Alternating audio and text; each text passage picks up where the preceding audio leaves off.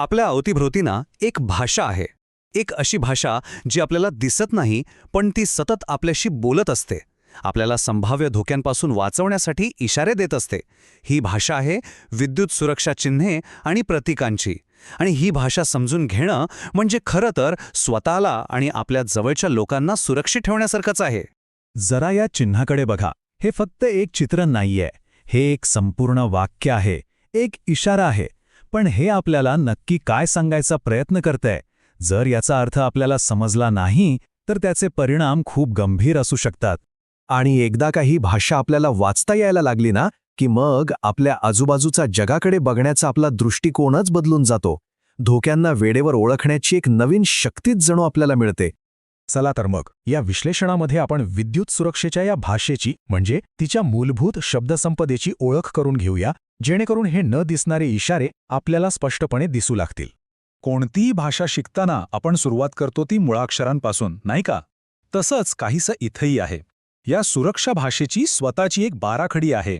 यात येतो safety alert symbol, मग येतात सिग्नल वर्ड्स जसे की डेंजर, वॉर्निंग, त्यानंतर येतात रंग लाल, नारंगी, पिवळा, आणि शेवटी येतात पिक्टोग्राम्स म्हणजे अशी चित्र जी जगात कोणालाही समजतील. हेच आहेत या भाषेचे मूळ घटक. ठीक आहे, मग आता आपल्याला मुळाक्षरं तर कळली. आता आपण शब्द आणि त्यांचे अर्थ समजून घेऊया, कारण प्रत्येक चिन्हामागे आणि रंगामागे एक विशिष्ट आणि खूप महत्त्वाचा अर्थ दडलेला आहे. आता ही स्लाइड खूप महत्त्वाची आहे. बघा, डेंजर आणि वॉर्निंग हे शब्द दिसायला सारखे वाटले, तर यात जमीन आसमानाचा फरक आहे. डेंजर म्हणजे जीव घेणा धोका, म्हणजे जर तो टाळला नाही तर गंभीर दुखापत किंवा मृत्यू निश्चित आहे. तर दुसरीकडे वॉर्निंग म्हणजे संभाव्य धोका, जिथे दुखापत किंवा मृत्यू होऊ शकतो. हा निश्चित आणि शक्यता यातला फरक समजून घेणं खूप गरजेचं आहे. आणि मग तिसरा शब्द येतो कॉशन. हा धोका थोडा कमी तीव्रतेचा असतो, म्हणजे किरकोळ किंवा मध्यम दुखापत होण्याची शक्यता असते. तर हे आहेत धोक्याचे 3 स्तर: डेंजर, वॉर्निंग आणि कॉशन. चला आता हे सगळं ज्ञान आपण प्रत्यक्षात कसं वापरायचं ते बघूया. म्हणजे आपल्या घरात, घराबाहेर ही चिन्ह वाचून आपण धोक्यांपासून कसं वाचू शकतो. आपल्या घरातल्या काही गोष्टींकडे ना आपण थोडं जास्त लक्ष दिलं पाहिजे.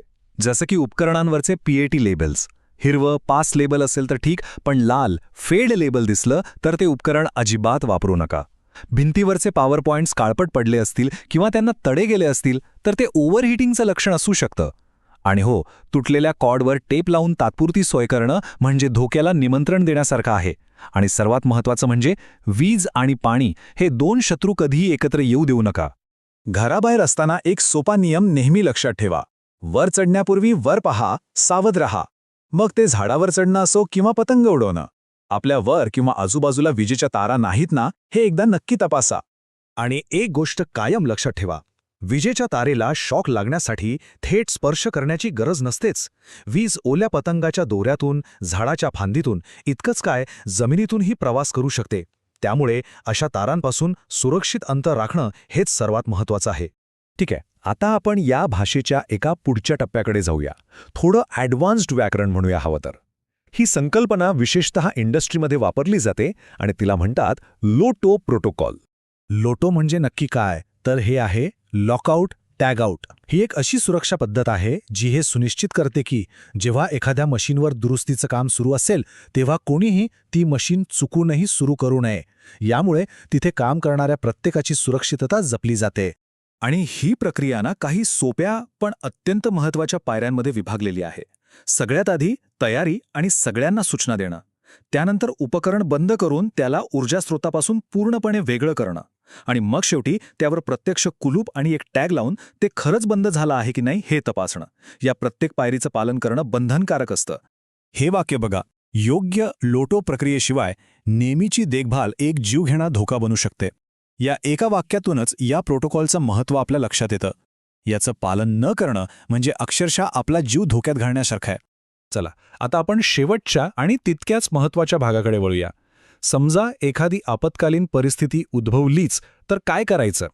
हे ज्ञान आपल्याला आत्मविश्वासाने योग्य निर्णय घ्यायला मदत करतं. एक परिस्थिती डोळ्यासमोर आणा. रस्त्यावर तुम्हाला विजेची तुटलेली तार दिसली तर अशावेळी पाळायचा सगळ्यात महत्त्वाचा एक आणि एकमेव नियम कोणता असेल? जरा विचार करा. तो नियम आहे 10 मीटर. हो, बरोबर ऐकलं. त्या तुटलेल्या तारेपासून कमीत कमी 10 मीटरचं अंतर ठेवायचं. हे अंतर साधारणपणे 2 ते 3 गाड्यांच्या लांबी इतकं असतं. हा एक नियम जीव वाचू शकतो. तर ही आहे आपली ॲक्शन प्लॅन. पहिलं, 10 मीटर दूर राहा. दुसरं, प्रत्येक तुटलेली तार जिवंत आणि धोकादायक आहे असंच समजा. तिसरं, आजूबाजूच्या लोकांनाही सावध करा, त्यांना दूर राहायला सांगा. आणि चौथं, लगेचच आपत्कालीन सेवांना संपर्क साधा.